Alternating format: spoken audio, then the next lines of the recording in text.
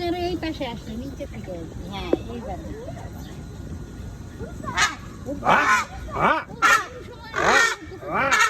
কি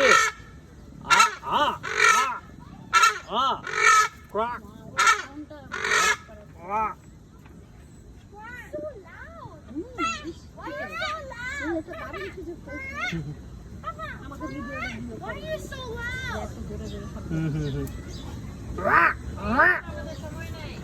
চলো চলো